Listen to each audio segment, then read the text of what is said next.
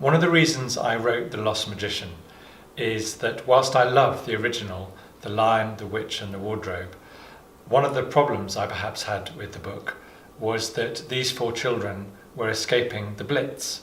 They were escaping bombing raids in London, and while they were enjoying Narnia, a very real war affecting their parents and families was raging across Europe. And C.S. Lewis, perhaps understandably, because he wrote the book at the end of that war, doesn't touch on this at all.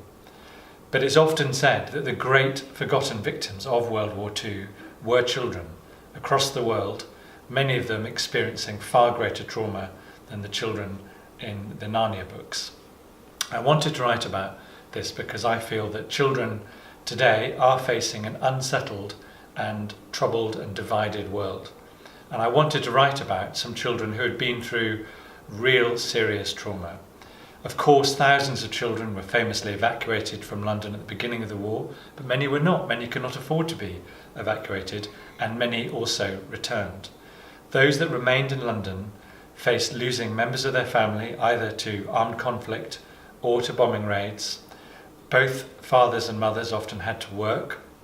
There was not much opportunity or activity for those children, and on many nights they had to endure the terror of wondering whether their house would be the one a bomb fell on. At one point, as we know, during the Blitz, London was bombed for 56 nights continuously.